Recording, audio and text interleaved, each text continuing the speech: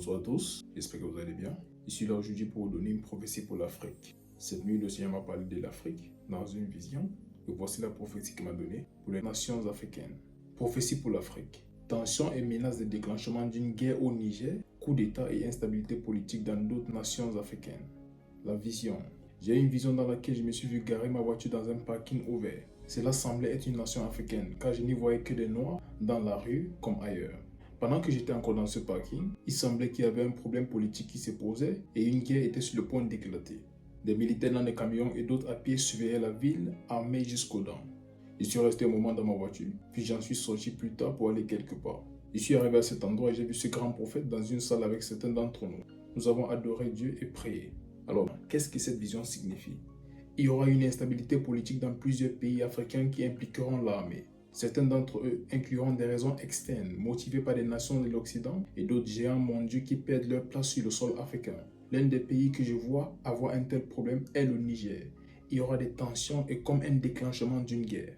Je vois d'autres nations africaines en état d'alerte, car il y aura des coups d'État qui auront lieu afin de renverser le gouvernement au pouvoir. Avec tout cela, il y avait une atmosphère de peur dans certaines nations en raison de la grande présence des militaires armés dans les rues. Dans d'autres nations, j'ai vu des militaires essayer de réprimer une population rebelle. Tout cela se produira dans plusieurs nations africaines dans un avenir proche. Mais ensuite, j'ai vu des prières faites par des serviteurs de Dieu et le Seigneur a décidé de restaurer les nations. Il y a eu un retour à la paix pour certaines nations et pour d'autres, les tensions ont miraculeusement disparu et les guerres ont été complètement avortées. Par la suite, j'ai été témoin d'un développement rapide dans ces nations africaines. Belles infrastructures, très bonnes routes, hôpitaux et écoles. Les jeunes étaient dans la joie et se déplaçaient heureux dans la ville. J'ai vu les nations avoir suffisamment de vivres et tout allait bien. Il y avait de l'électricité et les affaires ont commencé à croître plus rapidement qu'elles ne l'avaient jamais fait. Il y avait une croissance économique sans pareil. Ces nations sont devenues si grandes et si fortes en un rien de temps. Ce développement était dû au fait que maintenant ils avaient le contrôle de leurs ressources et les utilisaient pour le bien de la nation et du peuple.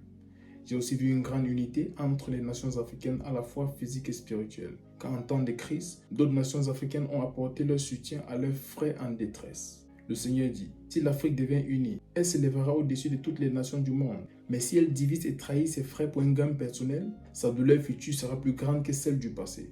J'ai vu des nations et des blocs africains qui allaient être soudoyés par l'Ouest et d'autres géants du monde pour s'opposer à leurs propres frères africains et créer une opportunité pour l'Occident de remettre la main sur eux et les faire tomber.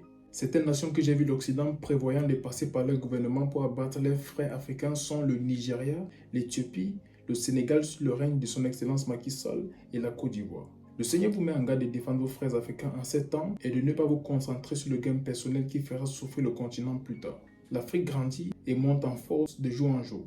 Mais cela ne peut être durable que si les Africains s'unissent tous comme un dans le cœur et l'esprit, décidant de s'aimer malgré nos langues et nos couleurs de drapeau. Nous sommes tous un et devons se considérer ainsi. Si nous le faisons, l'Afrique sera glorieuse dans un avenir proche. Voici la parole du Seigneur pour les nations d'Afrique. Alors voici la vision que j'ai eue cette nuit. Et l'Éternel m'a demandé de parler aux nations africaines pour les prévenir par rapport à ce qui arrive. Il y a une gloire qui arrive après toutes ces crises-là. Mais le Seigneur demande que nous restons unis en tant que frères, afin de pouvoir gérer ce qui arrive, se soutenir dans les moments de crise, et si nous restons ensemble comme un seul peuple, la gloire qui viendra après sera beaucoup plus grande que tout ce que nous avons connu avant. Voilà la parole du Seigneur pour les nations africaines reçues vendredi le 4 août 2023 de 4h46 à 9h13. Que Dieu bénisse l'Afrique. C'était le prophète Samuel Fomba. Shalom.